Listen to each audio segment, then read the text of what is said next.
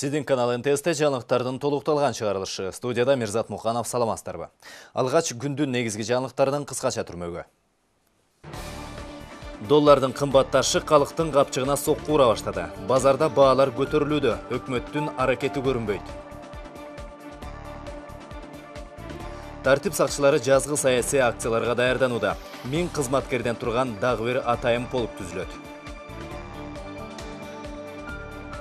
Мамлекеттик каттоо кызматына жетекчи тандоо оюнга айланды. Ар намыс фракциясынын депутаттары бир пикирге келе албай жатышат. Муфтий кызматка расмий түрдө бекиди. Уламалар кеңештин курамы азайды. Мусулмандар кезексиз курултайга чогулушту.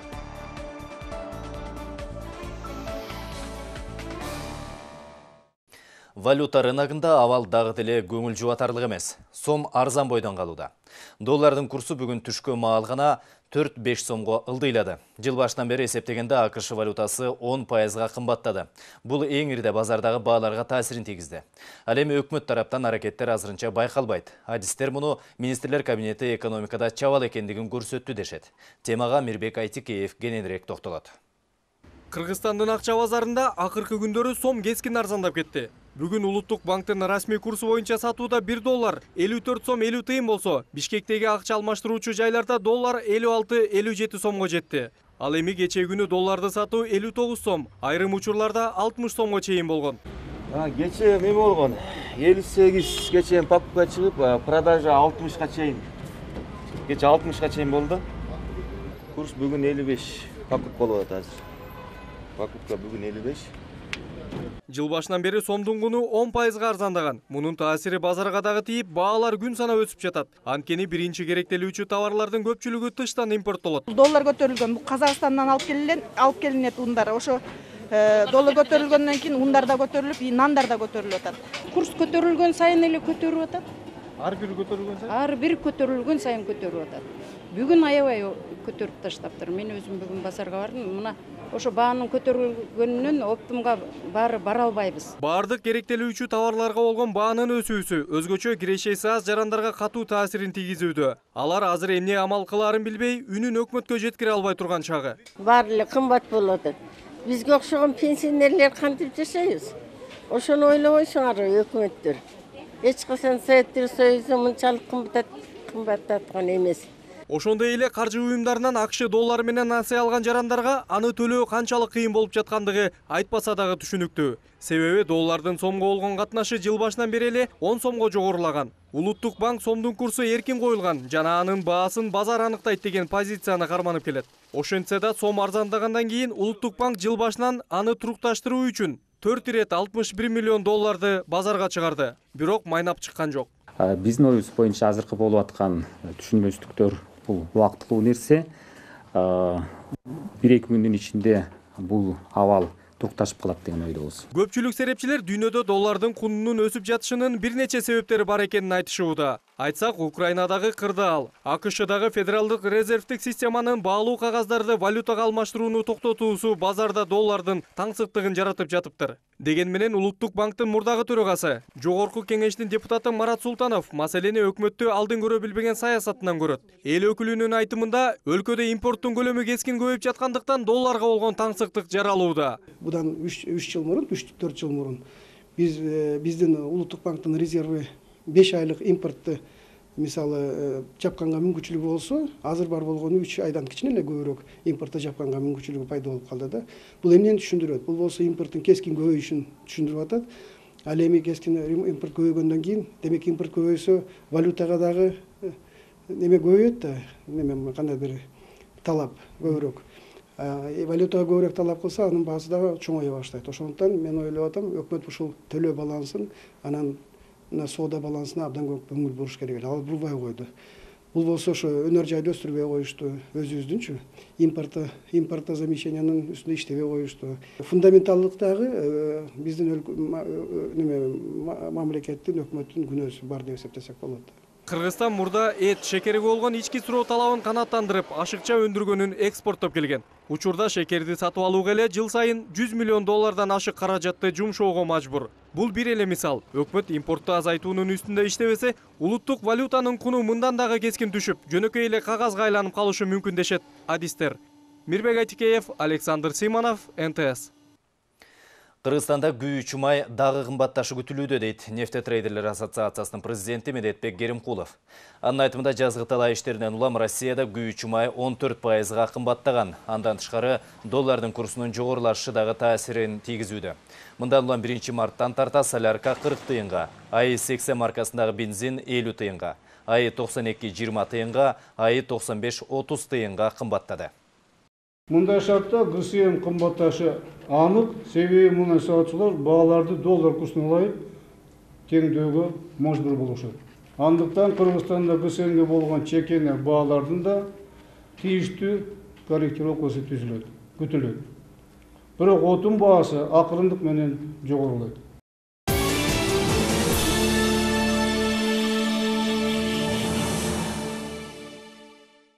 Россиянын аскерлери Крымдын аймагына азырынча киргизилбейт. Бул тууралуу Владимир Путин бүгүн маалымат жыйында билдирди. Анын айтымында Крым жарым аралына күч киргизүүгө азырынча зарылчылык жок. Ошондой эле Россиянын президенти Украинадагы окуяны конституцияга каршы төңкүрүш, куралдуу басып алуу деп баалады. Ал арада АКШ Россия менен аскердик кызматташууну убактылуу токтотту.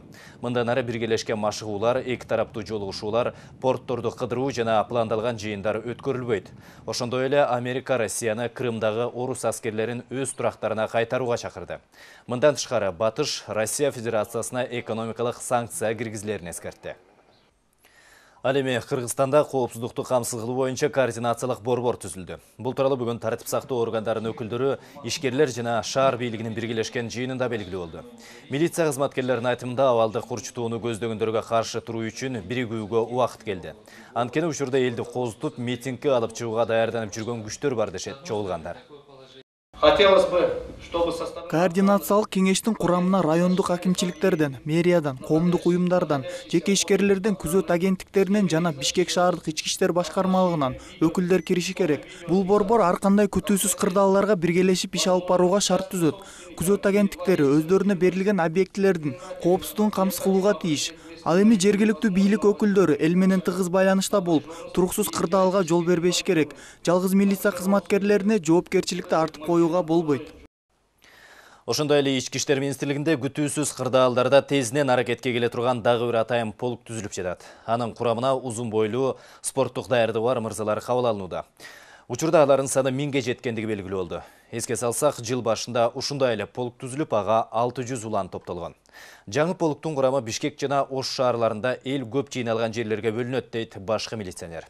Тартип сакчыларынын мындай даярдыгы эмнеден кабар берет? Кабарчыбыз Мерим Ташыбекова иликтеп көрдү. Кыргызстанда дагы бир оппозициялык кыймыл пайда болду. 33 уюмдун башы кошулуп, мекенчил күчтөр биримдиги түзүлдү. Алар мамлекетте болуп жаткан экономикалык, саясий жана социалдык көйгөйлөрдүн баарын чечүүгө белсенишкен. Бул үчүн бийлик оппозиция өкүлдөрү менен диалогко келиши керек деп эсептешет. Оңго барсаң атың өлөт, солго барсаң өзүң өлөт деген. Ошондой эле мынакей азыр оңго карап туруп, өкмөттү, бийликти карасак, биздин Газпромдон баштап сууларды, гэстерди, даже аба жолдордун баардыгын Россиянын колуна калматыбыз.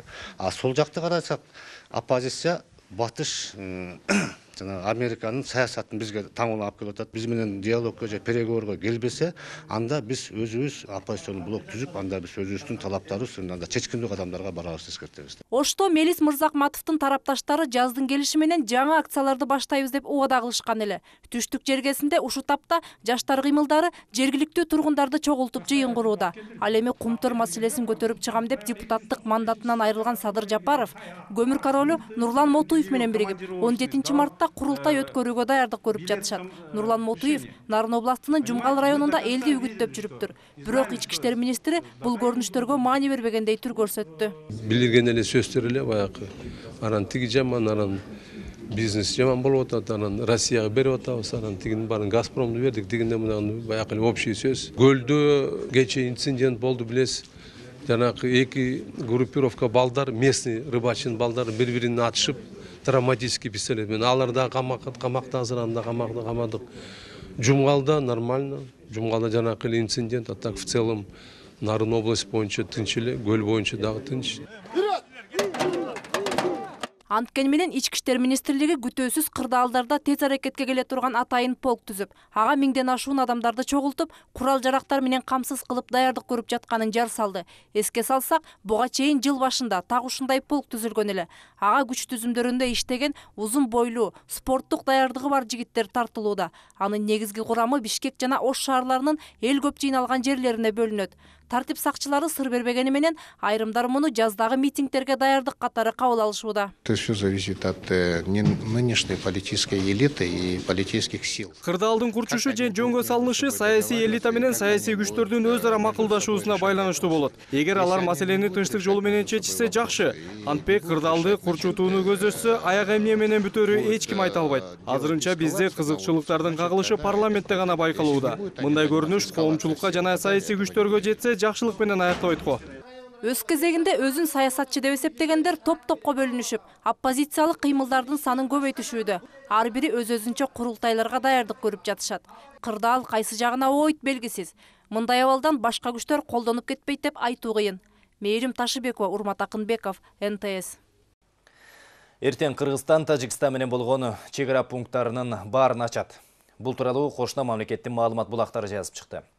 Белгилей кетсек, кечээ Душанбе шаарында эки өлкөнүн вице-премьер-министрлеринин жолугушуусу өткөн. Анын жыйынты боюнча биздин өкмөт конкреттүү маалымат тараткан эмес. Ал эми Тажикстандык ММКлар кабарлашкандай, Кыргызстан өкмөтү чек араларды ачууга макулдугун берген. Эки өлкөнүн ортосундагы өткөрмө пункттары 11 январда Баткен областындагы чыр-чатактан кийин биз жактан бир тараптуу жабылган. Аткамнерлер Тажикстан тарап келтирилген чыгымды калыбына келтирип, Кыргызстандан расмий түрдө кечирим сурамайынча чек аралар ачылбайт деп билдиришкен эле. Бирок кошуна жак күнөөсүн мойнун албай келет. Мындан улам чек аралардын ачылып жатканына эмне себеп болгону белгисиз.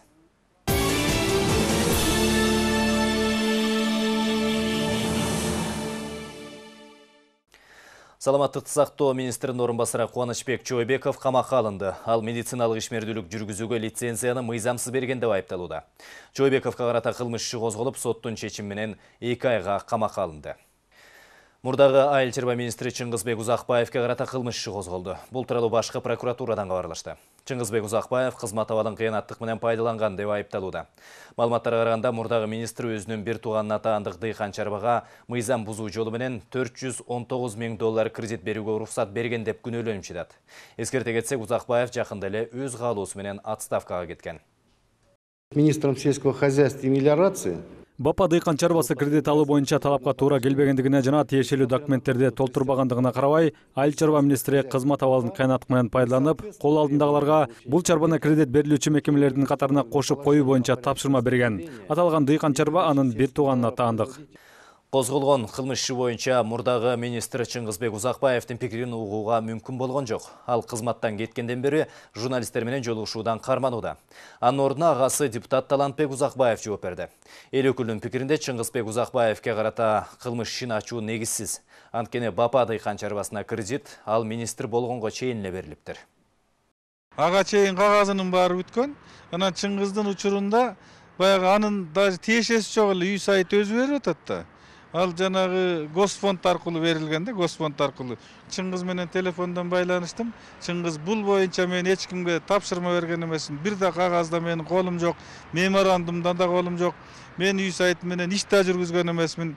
Мен техникасын да мен тараткан эмесмин. Эч нерсесин билбейм дейт. Бул жерде эч кандай баягы колго алган, чөнтөккө салган акча жөнүндө сөз жок.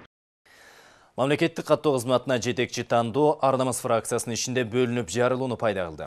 Бул орун боюнча депутаттар бир пикирге келе албай жатышат. Анткени көпчүлүктүн добушу менен тандалган талапкерге фракциянын лидеринин ичи чыккан эмес. Анын үстүнө кызмат орду жакшы суммадагы каражатка сатылгандыгы айтылууда. Майлуу сүттүү мекемеге жетекчи тандоодо башы катып жаткан депутаттарды Акмарал Сабатар сөзгө тартып көрдү.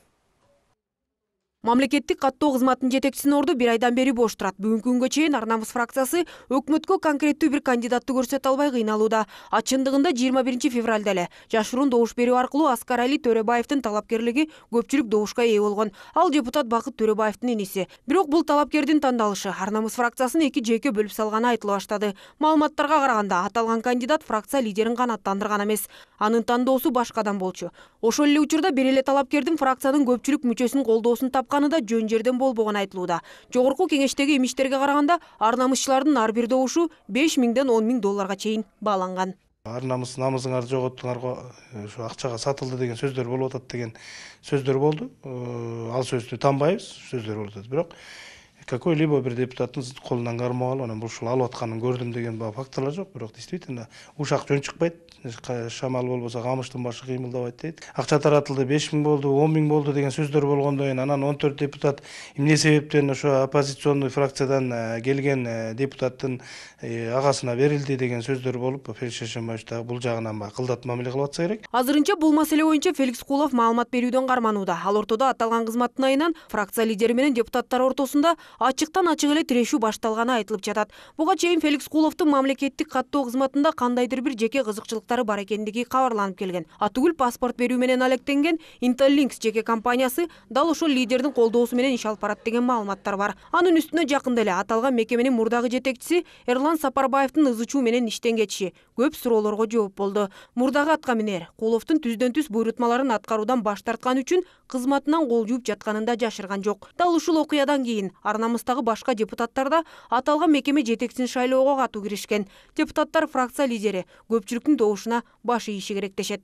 Ар намыстын депутаттары акча алышты, ГРЭСтин башчысы дайындалып атканда да акча алышты деп бул жалган. Менимче Феликс Шашимбаевич бул чечимди жөнөттү. Көпчүлүк фракциянын чечимине сөзсүз колдойт. Бирок ошол эле учурда Феликс Кулов альтернатива катары башка талапкерлерди да даярдап жаткан. Алар Алина Шайикова, Дайыр Киникеев жана Султан Алчикеновдор. Бирок аталгандар дагы жана көпчүлүк добуш менен тандалган Төрөбаев дагы өкмөткө сунуштала элек. Учурда ар намысчылар өздөрү да аталган органга жетекчи качан шайланаарын так кесе айта алышпайт.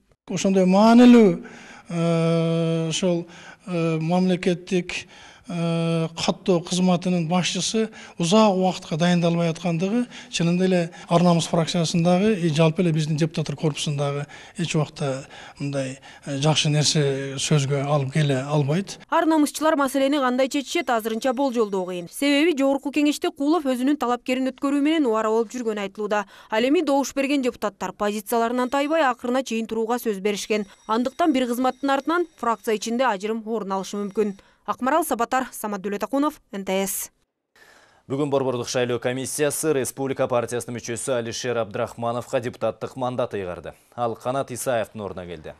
Белгилей кетсек, Канат Исаев депутат болуп шайланып келгенден кийин өзүнчө депутаттык топ түзүп партиянын принциптерин бузган. Мындан улам ал фракциянын катарынан чыгарылган. Бирок Исаев Республика партиясынын бир квотасын ээлеп жүргөн. Жакында эле ал өкмөттүн Чүй областындагы өкүлү болуп дайындалды. Мындан улам бошогон депутаттык орунга тизме боюнча Алишер Абдрахманов келди. Ал буга чейин Баткен областтык каттоо кызматында иштеген. Парламентте журналисттерди айыпка тартуу демилгеси кайрадан көтөрүлө баштады. 14 депутаттан турган топ такталбаган маалыматты тараткан ММК өкүлдөрүн жазалоо үчүн кылмыш кодексине өзгөртүү киргизүүнү сунуштап жатат. Ага ылайык жалган маалымат жазган журналист 1 жылдан 5 жылга чейин камалышы керек, же 100 000 сомго чейин айып төлөөгө тийиш. Ушундай эле демилгени 4 ай мурда депутат Галина Скрипкина да көтөрүп чыгып, бирок жарандык коомдун сынына кабылгандан кийин мыйзам долбоорун убактылуу артка кайтарып алган. Средства массовой информации. Биз туура эмес маалымат тараткан адамды жазалоону сунуштап жатабыз. Алсак азыр мен бир нерсе тууралуу айтып, ал жалган болуп чыкса, массалык маалымат каражаты эмес, мен жоопкерчиликке тартылам. Ал эми эгер журналисттер өз булактарына таянып жазып чыкса жана ал маалымат калп болсо, анда ошол журналист жооп берет. Ошондой эле журналист аны буйрутма аткарды деп айыптаган депутатты, министрди сотко бере алат. Ар бир айтылган сөз фактылар менен бекитилиш керек. Ломбардтарга кыймылсыз мүлк менен малды күрөөгө алууга тыюу салуу керек. Мындай сунуш бүгүн парламенттеги тармактык комитетте талкууланды. Депутат Дастан Бекешевдин айтымында микрокредиттик уюмдар күрөөгө турак жай жана малды алып банктардын функциясын аткарып жатышат. Ал эми жарандар башпаанексиз жана мал жансыз калышууда. Мындан улам эл өкүлдөрү өкмөттөн күрөөханалардын ишмердүүлүгүн жөнгө салуу боюнча мыйзам долбоорун иштеп чыгууну талап кылышты. Ломбардов стало много, и они стали бесконтрольными вообще. Күрөөханалардын саны аябай көбөйүүдө. Улуттук банк тарабынан болсо эч кандай көзөмөл жок. Мындан улам ломбардтар каалаганын кылып жатышат. Күрөөханалар күрөөгө кыймылсыз дагы, кыймылдуу мүлктөрдү дагы, кээ бирлери үй жаныбарларын дагы алышууда. Ломбардтар аз салык төлөп, улуттук банк тарабынан көзөмөлгө алынбаган чакан банктарга айланып кетишти.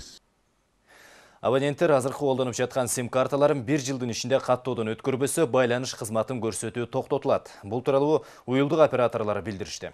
Белгилей кетсек, өкмөттүн токтомуна ылайык 8 марттан тарта сим карталар паспорт көрсөтүлмөйүнчө сатылбайт. Ошондой эле байланыш кызматына туташуу үчүн кардар менен компаниянын ортосунда келишим түзүлөт. Расмий маалымат боюнча азыр өлкөдө 6,5 миллион сим карта колдонулат. Эгерде 1 жыл ичинде келишим түзбөй калса, анда сотовый оператор аларга өзүнүн услугаларын предоставлять эте албай калат да. Шаар тургундары бияктагы головной офистерге барып байланыш договор түздү болот. Ал эми айыл жергелеринде атай дилердик пункттары бар, ар бир мобилдик компаниянын. Ошол жака барып документ менен барып келишим түздү болот.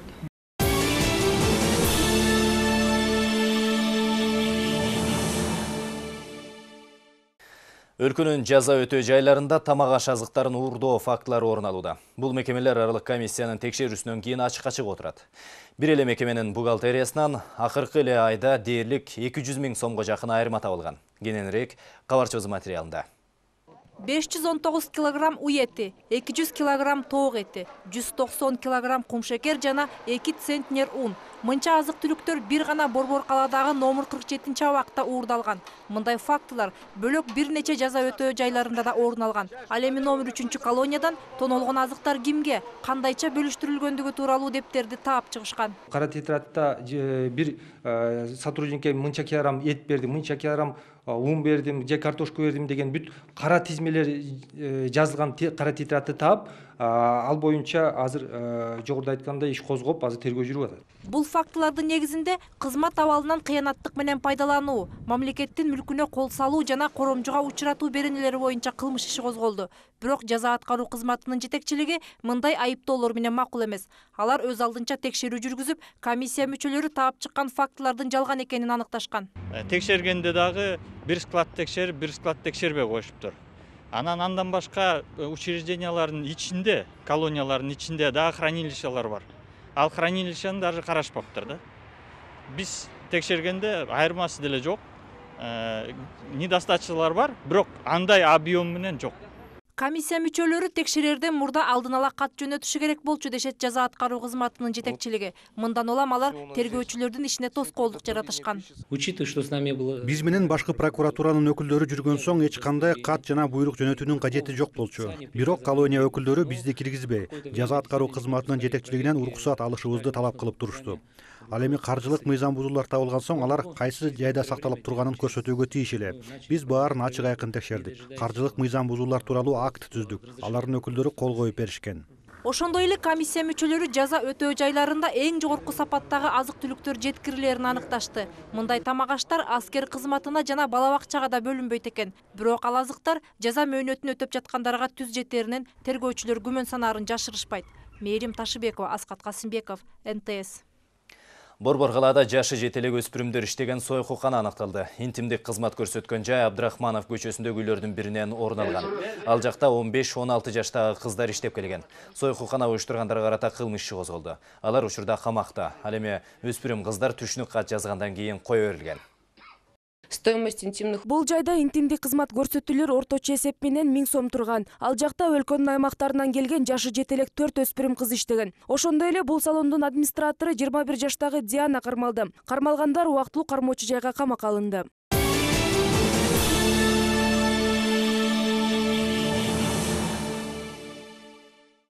Бүгүн Кыргызстандагы мусулмандар коомчулугунда өзгөрүүлөр болду. Максат Ажы Токтомушев муфтийлик кызматка бекитилди.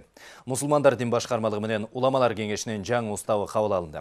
Ага ылайык уламалар кеңеши аалымдар кеңеши болуп өзгөрүлүп, муфтияттан өзүнчө бөлүндү. Мындай чечимдер бүгүн мусулмандардын кезексиз курултайында кабыл алынды. Жогорудагы өзгөрүүлөр дин башкармалыгындагы коррупцияга жана чыр-чатакка чекит кое алабы? Рахат Жаныбекова жол издеди. Муфтийдин милдетин аткаруучу Максат Ажы Токтомушевдин муфтийликке шайланышы таң калууну деле жараткан жок. Курултай союз мезгилиндеги Компартиянын жыйынындай таасир калтырды. Анткени чечим мурда эле кабыл алынып, делегаттар формалдуу түрдө эле кол көтөргөндөй болду. Арасында бирөө гана каршылыгын билдирди. Бирок ал дагы атайын уюштурулгандай. Өзүн тааныштыргысы келбеген делегат жөн эле каршы кол көтөрүп койгондугун айтат. Бирок пикирин ачык айтууну каалаган жок. Жок, мен өзүм каршы эмесмин. Кээ бир адамдардын каршысы бар. Эч качан эч жерде 100% болбош керек да. Болгондо ошол позицияны мен билдирип коюп жатам да. Кызматка бекитилген Максат Токтомушев мусулмандар дин башкармалыгында бир топ реформаларды жасайм деп убада кылууда. Эми убада өтө көп.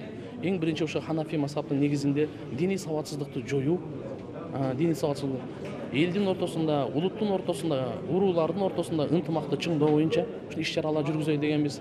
Андан кийин мына терроризм, радикализмге ошого эч качан жол бербөө, жамаатташууга бөлүнүп жарылганга эч качан жол бербөөгө, Кудай кааласа бир топ стратегик пландар бар. Муфтийдин өлкөдө тыюу салынган топторго каршы чараларды көрөрүн айтканы менен ушул жерде суроолор көп. Бир катар дин таануучулар муфтий кандайдыр бир уюмга мүчө болбош керек дешет.